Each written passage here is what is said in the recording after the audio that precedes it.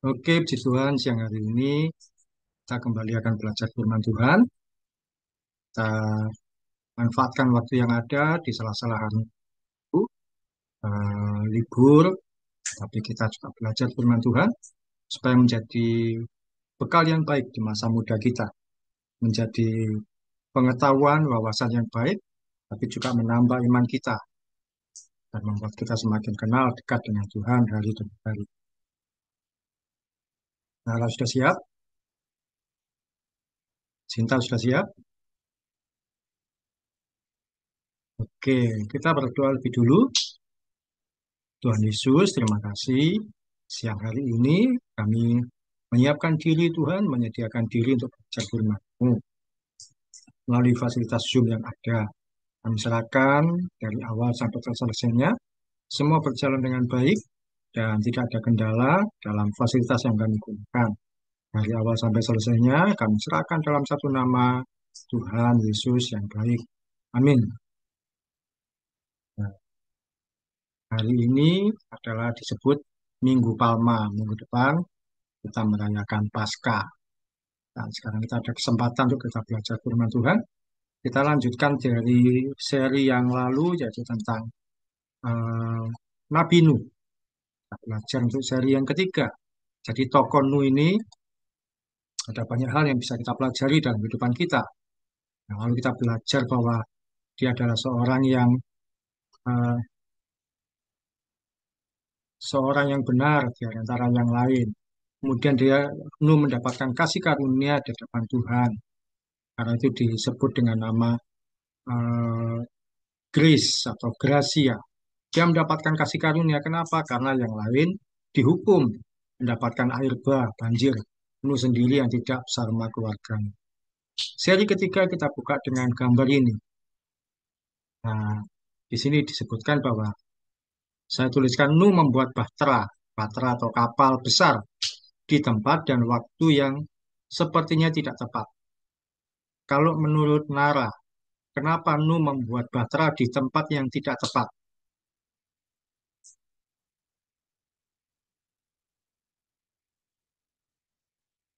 Apa kira-kira? Tempatnya itu tidak tepat, bukan tempat yang cocok. Tapi kenapa kira-kira kok di tempat yang tidak tepat? Karena permintaan Tuhan. Eh, Tempatnya tidak tepat. Kenapa? Karena Nuh membuat baterainya di mana? Di Nuh membuat baterainya di gunung atau di eh, lembah, di bukit. Jauh dari apa, Nara? Jauh dari membuat baterai di gunung, jauh dari apa?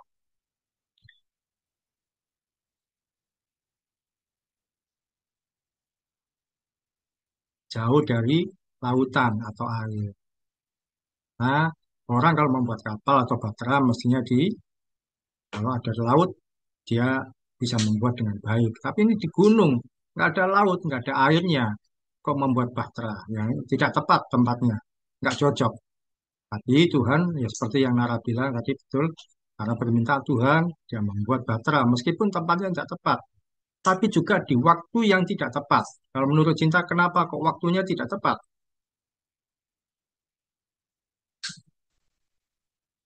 Tempatnya sudah nggak tepat, tapi waktunya juga nggak tepat. Kenapa? Bukan musim hujan, Pak. Ya, bukan musim hujan. Tapi kok dia membuat batra, orang tentu akan menertawakan. Ngapain nggak ada hujan? Kok bikin batra? Itu kan seperti yang orang itu seadanya atau ngawur, nggak tepat tempatnya, waktunya juga nggak tepat. Nggak musim hujan kok bikin batra. Waktu itu memang belum musim hujan, tidak ada hujan. Tapi Nuh mengikuti apa perintah Tuhan, sehingga dia membuat batra sekalipun tempatnya tidak tepat dan waktunya juga tidak pas, tidak baik menurut manusia. Dia kerjakan sekian waktu, lama, tidak setahun dua tahun, bertahun-tahun, sampai akhirnya jadi. Kita akan mempelajari dari pembelajaran kali ini yang ketiga tentang Nuh. Apa yang bisa kita pelajari bahwa yang pertama adalah Nuh menjadi seorang teladan. Ayatnya Kejadian 7 ayat 1 bisa dibaca Nara. Kejadian 7 ayat 1 ini langsung dibaca dari sini. Kejadian 7 ayat 1. Lalu berfirmanlah Tuhan kepada Nuh, masuklah ke dalam batra itu, engkau dan seisi rumahmu, sebab engkaulah yang kulihat benar di hadapanku di antara orang zaman ini. Ya, firman Tuhan berkata, engkaulah yang kulihat benar di hadapanku. Jadi cuma satu-satunya Nuh yang dianggap benar oleh Tuhan di antara orang-orang yang lain di zaman itu. Jadi Nuh menjadi seorang teladan. Ayat berikutnya dibaca Sinta, 1 Timotius 4 ayat 12. 1 Timotius 4 ayat 12. Jangan seorang pun menganggap engkau rendah karena engkau muda. Jadilah teladan bagi orang-orang percaya dalam perkataanmu, dalam tingkah lakumu, dalam kasihmu, dalam kesetiaanmu, dan dalam kesucianmu. Ya, pembelajaran pertama kita belajar bahwa Nuh itu adalah menjadi seorang teladan. Apa yang dimaksud dengan teladan? Teladan itu apa kalau menurut Nara? Tahu?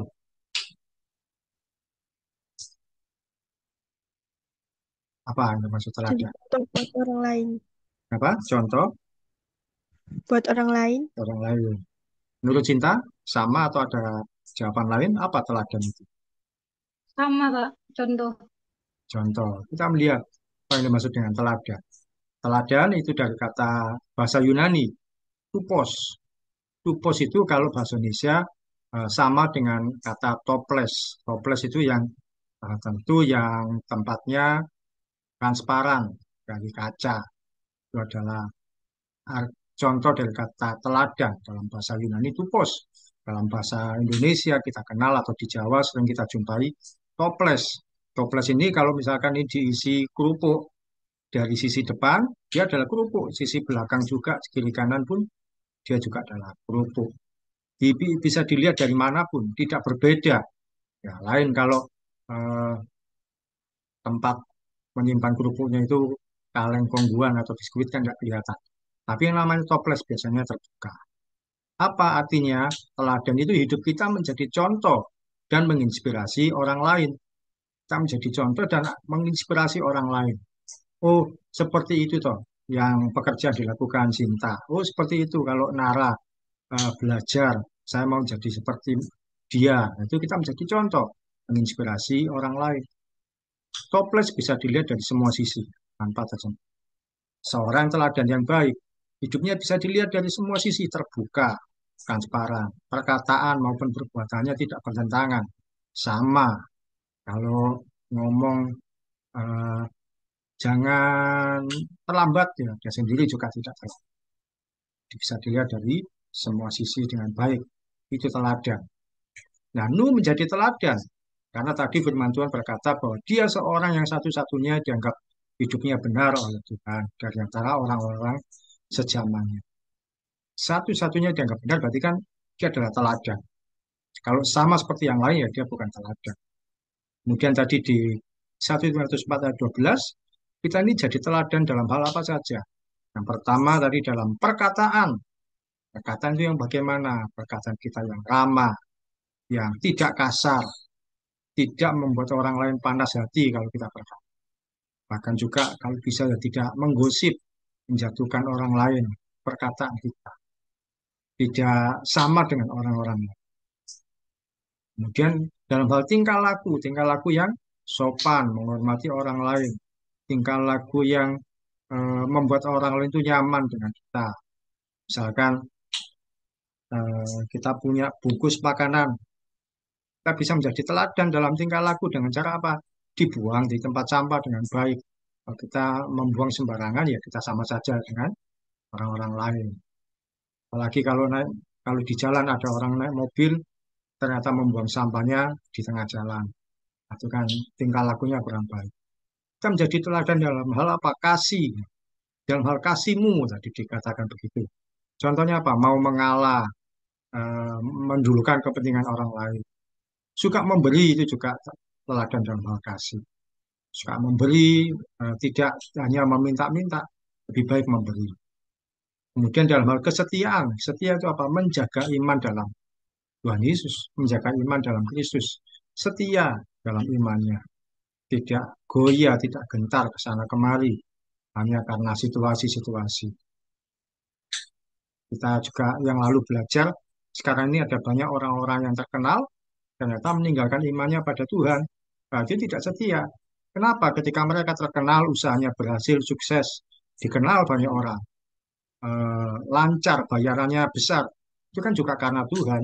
Tapi ketika sudah di titik puncak terkenal, tapi ternyata Tuhan ditinggalkan begitu saja. Itu kan tidak setia. Jadi selalu ingat bahwa kita ada sampai hari ini atau sampai pada posisi apapun, semua karena Tuhan.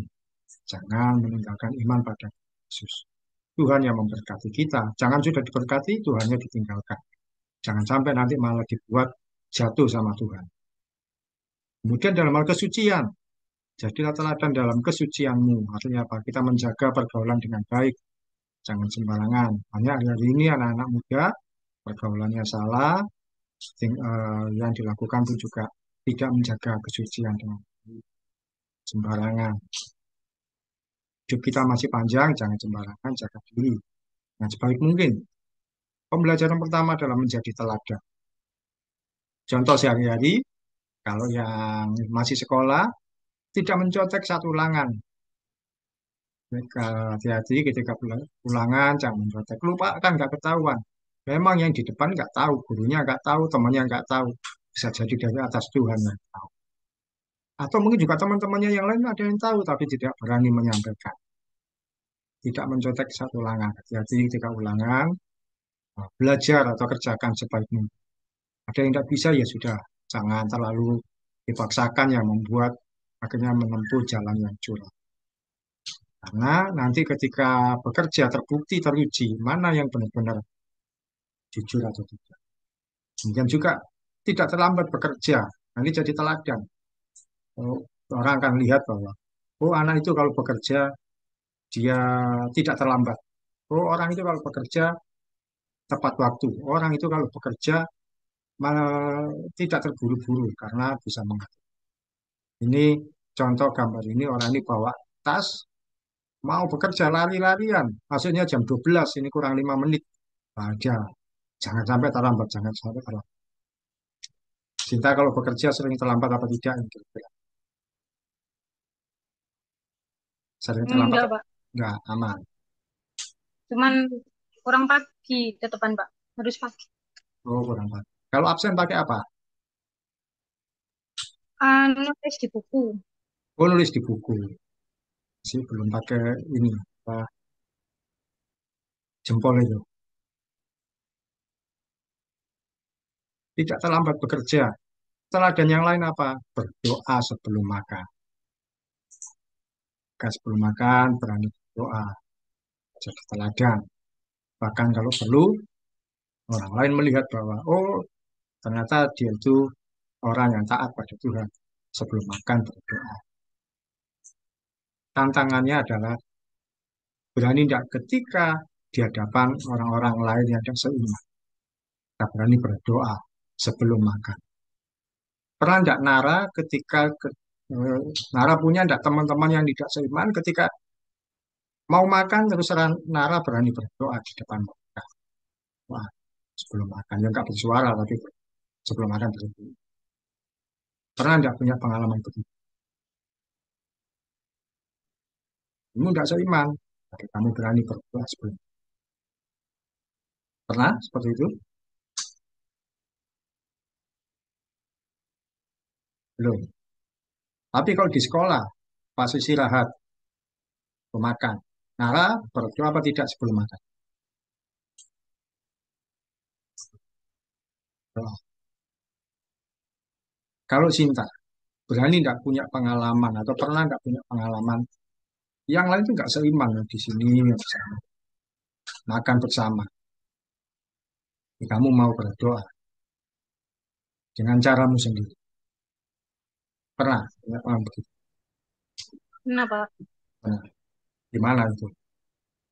Waktu apa? Cara apa? Biasanya? Yang pernah Lupa, Pak. buka bersama, bukan? Enggak. Jangan sampai malu atau takut. Nanti satu kali Nara juga bertemunya dengan teman-teman yang tidak seiman. Nah, biasanya yang lain ini juga berdoa dengan cara sendiri. Nah, yang anak Tuhan pun juga jangan takut, jangan malu untuk berdoa. Berani lipat tangan, tutup mata berdoa. 1 menit, 2 menit. Tuhan Yesus, terima kasih. Saya mau makan di sini sama teman-teman. Alam nama Tuhan Yesus. Ini kadang-kadang orang itu menghargai kita. Kita yang tidak berani. Coba diskusi pertama, ya mungkin tadi sudah sempat saya tanyakan ya, itu sebelum makan. Tapi mungkin ada yang lain. Sikap teladan apa yang berani kamu tunjukkan di depan teman-temanmu yang berbeda iman denganmu, atau yang seiman tapi menjadi teladan. Nara, kira-kira teladan apa yang kamu berani tunjukkan di depan teman-teman yang berbeda iman? Misalnya.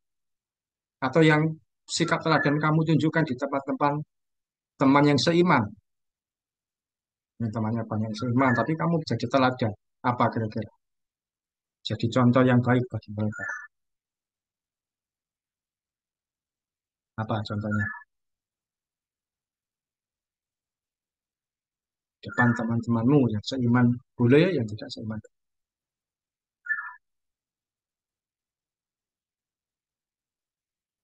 Misalnya, waktu ulangan yang lain nyontek, Nara gak nyontek, nah, itu jadi teladan. Atau apa yang lain misalnya. Kalau seperti itu, apa menurut Nara?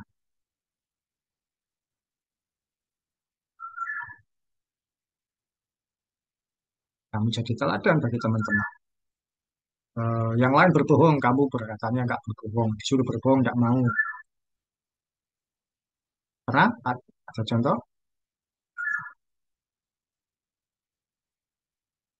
Loh, Sinta, ada kamu berani menjadi contoh yang berbeda di hadapan teman-temanmu yang tidak seiman misalkan. Di sekolah dulu mungkin, Mimpin berdoa mungkin, Pak. berdoa. Waktu apa itu? Di kelas. Ya, bukan kayak misalnya lagi kumpul, yang lainnya disuruh berdoa nggak mau, terus ya, Kami kita berdoa menurut agama masing-masing. bukan, Pak. Oh, oh berdoa. Doa sama, ya, Udah ya. kalau Oh, kumpul, di depan teman-teman yang seiman. ya, Nah, ya, kita yang lain jujur nggak mau. Mau berdoa. ya. Padahal sebenarnya kalau yang lain mungkin malu-malu, tapi di situ adalah melatih kemampuan. Kalau Nara, ada contoh yang seperti Kak Sinta, berani berdoa atau berani tampil di depan, menerangkan sesuatu presentasi, ada. Oke, ya. Kita harus berani menjadi teladan yang baik bagi teman-teman yang lain. Mungkin yang lain merasa bahwa, oh jangan saya, jangan aku. Kita berani, ya sudah, saya saja yang melakukan, saya saja yang mengerjakan. Ketika lama-kelamaan kita berani untuk mengambil posisi, jadi teladan. Sudah saya saja yang berdoa, saya saja yang memimpin. Lama-lama kita yang teruji, terlatih. Meskipun awalnya kata-katanya tidak bagus, lama-lama kita bisa melatih diri. Yang lain ya nggak bisa apa-apa. Pembelajaran pertama dari Nuh adalah dia menjadi seorang teladan. Contoh yang baik di antara orang-orang sebangsanya sejaman. Demikian juga kita kiranya boleh menjadi teladan dalam perkataan, dalam tingkah laku, dalam kasih, dalam kesetiaan, dan dalam kesucian. Pembelajaran kedua yaitu Nuh menantikan janji Tuhan. Kejadian 8 sampai 13. Eh, Cinta bacakan ini ayat 8, 9, 10. Silakan baca semuanya. Semuanya ya, Pak. Iya, jadi nanti gantian yang 11 sampai 13 Nara. Ini 8 sampai 10. Kejadian 8, kemudian dilepaskannya seekor burung merpati untuk melihat apakah air itu telah berkurang dari muka bumi. 9, tetapi burung merpati itu tidak mendapat tempat tumpuan kakinya dan pulanglah ia kembali mendapatkan Nuh ke dalam batra itu. Karena di seluruh bumi masih ada air, lalu Nuh mengulurkan tangannya, ditangkapnya burung itu dan dibawanya masuk ke dalam batra. 10. Ia menunggu 7 hari lagi, kemudian dilepaskannya pula burung merpati itu dari Batra. Nah, ini Nara, ayat 11 sampai 13. Ayat 11. Menjelang waktu senja, pulanglah burung merpati itu mendapatkan Nuh, dan pada paruhnya dibawanya sehelai daun zaitun yang segar. Dari situlah diketahui Nuh bahwa air itu telah berkurang dari atas bumi. Ayat 12. Selanjutnya ditunggunya pula 7 hari lagi, kemudian dilepaskannya burung merpati itu, tetapi burung itu tidak kembali lagi padanya. Ayat 13.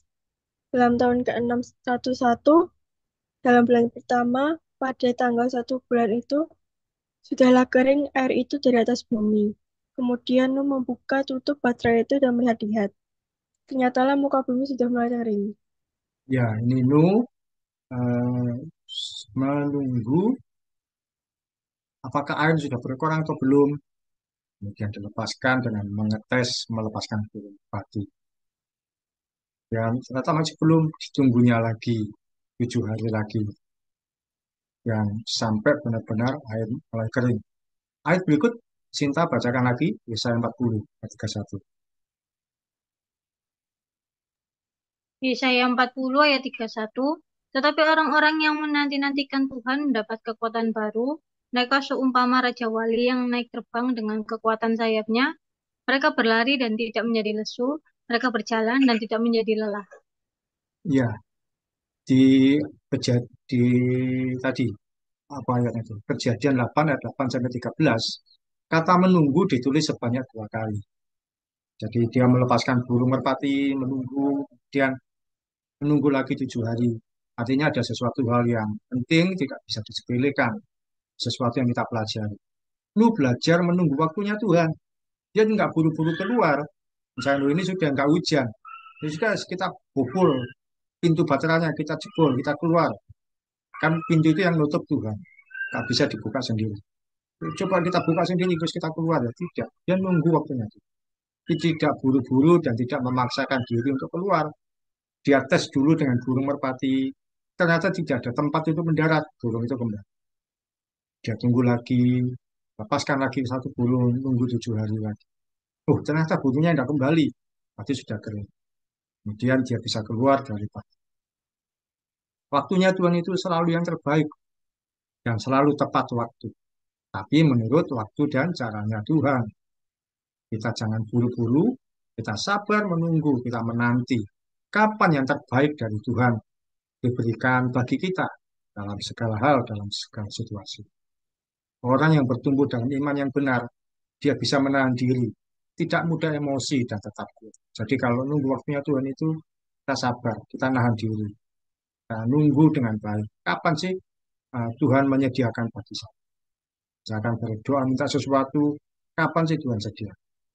Sama seperti Nara ketika sekolah, kapan naik kelas? Ternyata naik kelasnya masih lama belajar dan terus belajar sampai akhirnya SMA. Kak Cinta pun juga demikian. Ketika bekerja di tempat yang dulu kok rasanya gak enak tapi dikerjakan. Kepingin dapat yang lebih baik lagi. Pernah enggak dulu waktu kerja di yang di sana dulu berdoa minta tempat yang lebih baik lagi. Pernah enggak Cinta? Pernah, Pak. Pernah. Oh iya, kita waktu itu juga waktu kita komsel, Cinta juga masih kerja di situ. Pingin yang lebih baik lagi. Ketika kepingin lebih baik lagi ternyata jalannya tidak mudah. Susah. Harus mengalami keluar, harus begini. Ternyata ingin dapat kerja yang lebih baik lagi, ternyata nggak selalu dapat dengan cepat. Dapat dengan cepat, nggak baik juga. Dan sekarang, eh, menurut Cinta, tempat kamu bekerja itu lebih baik dari yang dulu atau tidak? Iya, Menurut. Pak, lebih baik. Nah, itu kan buah kesabaran menunggu, meskipun situasinya tidak. Nikmati yang sekarang, bersyukur untuk yang kamu kerjakan sekarang, tapi juga tetap berdoa, minta satu kali kalau Tuhan izinkan dapat kesempatan yang lebih baik dari yang sekarang.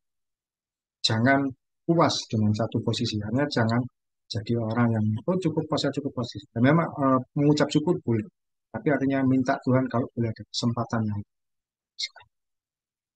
sekarang tetap dikerjakan dengan baik, tapi berdoa lagi, Tuhan minta kesempatan untuk bisa lebih baik dari yang ini. Boleh Tuhan, secara segala sesuatu. Pernah tidak berdoa untuk itu? Lebih baik dari sekarang, Sinta? Belum, Mbak. Belum. Apa? Karena kan mungkin masih merasa sini yang baik. Kita berdoa, kali ya memang tidak harus disediakan cepat sama Tuhan. Kamu diproses di sini dulu. Kita berdoa lebih baik Tuhan dari sekarang. Secara keuangan, secara waktu, dan tempat. Ya, waktu kan sekarang kan seperti habis di situ. Tapi nikmati doa satu kali. Ya, tidak harus sekarang tersedianya. Mungkin Tuhan sedang memproses tiba-tiba 2 tahun lagi mungkin eh, di waktu yang Tuhan rasa cukup, Tuhan sediakan. Sudah cukup di situ sekarang. Tidak masalah, tidak apa, berdoa tapi dengan kesabaran. Nah, ini adalah contoh situasi menunggu dalam kehidupan sehari-hari. Dalam kehidupan sehari-hari kita ini diuji dengan situasi menunggu dan menunggu. Seberapa sih kita sabar untuk menghadapi segala sesuatu. Contoh orang ketika mau beli tiket konser musik, dia menunggu. Mereka menunggu, menunggu antri. Dan kalau panjang kayak gini, berapa lama? Bisa mungkin setengah jam. Kalau misalkan jadi orang yang di belakangnya eh, perempuan yang pakai jilbab ini, misalnya di belakangnya lagi, itu berapa lama? Dan belakang. Pernah nggak dalam situasi kalian itu mengalami antrian, menunggu lama. Nara pernah mengalami antri menunggu lama waktu apa? Pernah atau tidak situasinya?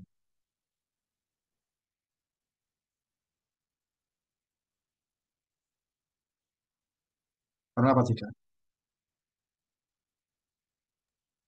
Antri kalau mau bayar sesuatu. Antri buat sesuatu. Kalau antri buat sesuatu, rasanya gimana? Pengen cepet-cepet atau sabar atau bagaimana? Atau is, gak keburu ini? Rasanya gimana? Jengkel Pengen atau cepet-cepet. cepet-cepet? Sinta pernah mengalami antrian menunggu apa? Waktu apa? Di makanan, Mbak. Di makanan. Di mana kalau antri? Kalau antri makanan ada, ada kalau Di gimana? Cilor, Pak. Oh, oh, paling antri berapa orang? Masa banyak? Oh, lama ya bikinnya. Iya. Bikinnya lama, katanya. Ini antri tiket konser musiknya. Terus juga antri tiket kereta api ya. Biasanya kalau hari-hari tertentu, hari menjelang libur, panjang sekali. Coba jadi orang-orang yang di belakangnya bapak-bapak ini. Masih tambah lama, bisa setengah jam. Nah, saya pernah antri tiket kereta api, karena tiket kereta api dibuka jam 2 sampai jam 4 kereta sudah harus berangkat. Nah, kalau antri di jam 2 tiketnya lebih murah. Kalau sebelum jam 2 tiketnya masih mahal, 300.000. Kalau antri di jam 2, 85.000. Nah, ketika sudah jam 2, yang antri panjang sekali. Saya takut jangan, kalau kehabisan, aduh jangan sampai kehabisan. Syukur sekali waktu di giliran saya masih mengikuti dapat tiket yang paling enggak ya. Saya nggak bisa dapat tiket yang murah, sulitan lagi nanti. Nah, ini contoh orang pesan makanan antri. Tahu enggak ini di mana? Nara tahu ini di mana? Tempat apa? Nggak kelihatan ya, nggak jelas ya. Kira-kira Sinta bisa menebak ini di antri di mana? Nggak ada tulisannya. Hmm, apa itu? KFC, Pak. Ya, ini tepatnya di McD. Ada antri Oh, mil apa itu lupa saya. Ya, antrian makanan. Kalau sekian ini antri banyak. Kalau antri banyak ini apa yang dikhawatirkan? Nah, orang kalau antri banyak, panjang apa yang dikhawatirkan?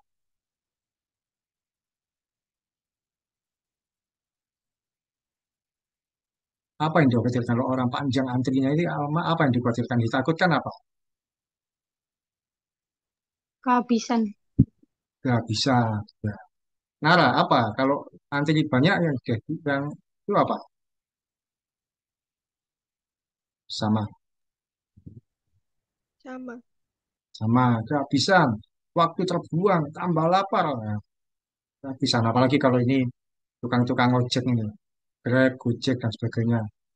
Yang tambah ditakutkan apa? Orang yang nunggu. Kok lama ini ya? Ini aja lama nunggu, apalagi yang di rumah. Iya, takut kehabisan, takut apa dan sebagainya. Kadang-kadang kalau antri pesan makanan, apalagi kalau tadi yang seperti Sinta, sudah antri banyak, makanannya masih digoreng-goreng, masih digoreng. Itu tambah. Saya kadang-kadang nggak sabar kalau ada antrian seperti itu. Ini lebih baik cari yang lain makanannya. Ya, ketika antri kita ini belajar untuk menunggu waktu dengan baik. Kita menunggu, kapan sih selesainya? Kapan waktunya Tuhan? Kita diajar untuk menunggu, untuk sabar. Demikian juga kalau berdoa. Tidak selalu yang kita harapkan atau doakan segera terjadi saat ini juga. Kalau misalkan berdoa ketika hujan, Tuhan saya minta hujan segera berhenti. Bisa berhenti. Nggak lama, mungkin 5 menit berhenti bisa saja. Tapi untuk hal-hal yang lain, tentu kita perlu waktu bersabar. Dan tidak menyalahkan Tuhan, belajar. Mungkin untuk minta pekerjaan, minta eh, pasangan, atau minta apalagi kehidupan yang lebih baik dan sebagainya. Kita perlu sabar, tunggu waktu nanti. Waktu Tuhan tidak selalu cepat, tapi pasti tepat. Oh, ternyata sekarang ini waktunya Tuhan. Saya nunggu Tuhan, saya kepingin punya HP baru, misalnya. Berdoa, berdoa, berdoa.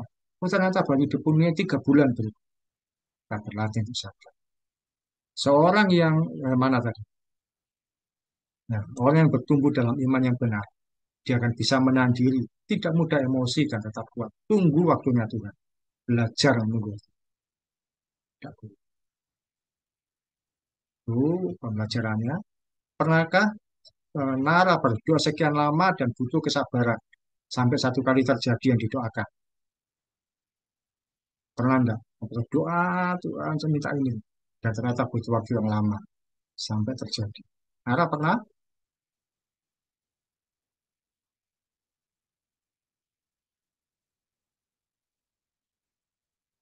Apa? Berdoa minta apa misalnya? Sampai akhirnya terjadinya yang didoakan.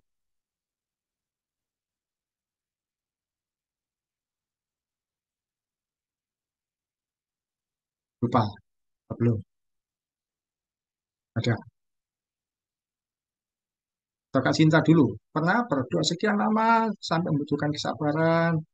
Kok nggak selesai, kok nggak terjadi? Sampai akhirnya terjadi yang diharapkan setelah berdoa sekian lama. Mungkin pekerjaan juga. Jangan itu. Sampai terjadi. Ternyata lebih Iya. baik. Tuhan Tuhan menyediakan waktu yang tidak terduga. Dalam caranya Tuhan. Oh, dulu kerjaannya sembarangan. Apa adanya, kasar. Nah, Tuhan disediakan sekarang yang lebih baik. Untuk sekian waktu. Sabar saja. Ada Nara yang lain? Contoh lain dari Nara? Tidak apa. Jadi dalam satu situasi seperti Nuh yang mau menunggu waktunya Tuhan, kita pun juga belajar menunggu waktunya Tuhan bagi kita sampai semua terjadi seperti yang kita harapkan. Oke, itu pembelajaran kita hari ini tentang Nuh di seri yang ketiga. Sinta tutup dalam doa. Mari kita berdoa. Tuhan Yesus, terima kasih Tuhan atas kesempatan yang Kau berikan Bapa.